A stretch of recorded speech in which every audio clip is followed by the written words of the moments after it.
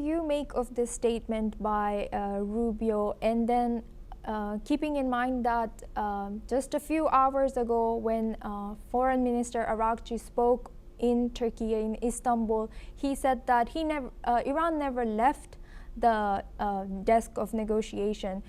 And what is your stance on this? Yes, I agree with Mr. Vickery, and I actually agree with several of the criticisms made by Mr. Abbas. I think while I certainly do not defend the behavior of Iran over the years, and I don't think colonialism excuses the establishment of a cruel, repressive, and torture and terrorism sponsoring theocratic dictatorship with its own imperialistic ambitions, by the way, as it's made clear repeatedly. I think many of his criticisms of U.S. behavior are valid, especially now under the Trump administration. And it seems to me that aside from the moral questions involved in simply lying to people,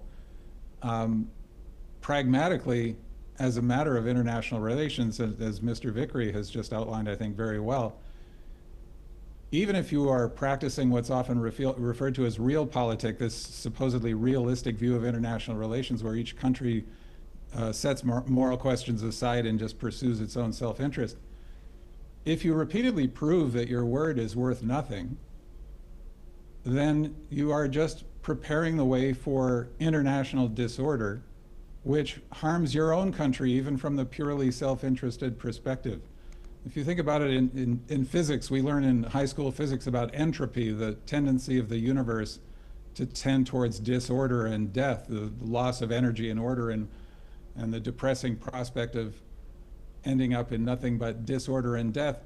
Well, the unilateral use of force and the abandonment of international standards, even recognizing that all countries violate standards from time to time and no country has a perfect record of behavior or close to it, the abandonment of those standards and the resort simply to force because you believe you're more powerful than anybody else is the path of maximum entropy, maximum death and disorder.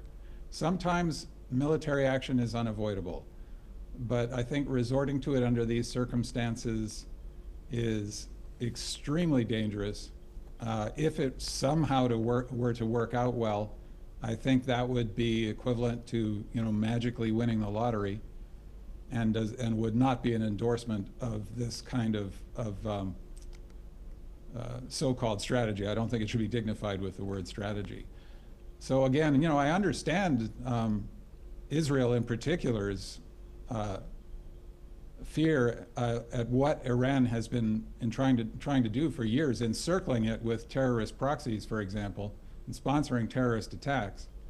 And I understand the American position on this as well, as Mr. Vickery points out. I mean, if you're going to repeatedly call for death to two nations, along with the entire Western order, I think you need to take responsibility for your words. But still, just as Iran's objections, many of them legitimate to colonialist history, don't justify the behavior of its current government, neither do I think that the current situation justifies the behavior we're seeing on the part of the Trump administration.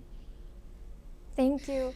Now we have another breaking news. Iran's Foreign Minister Abbas Arakci says he held a phone call with British Foreign Secretary David Lammy to discuss the U.S. strikes on Iranian nuclear facilities. Arakci said they exchanged views on the attack's implications for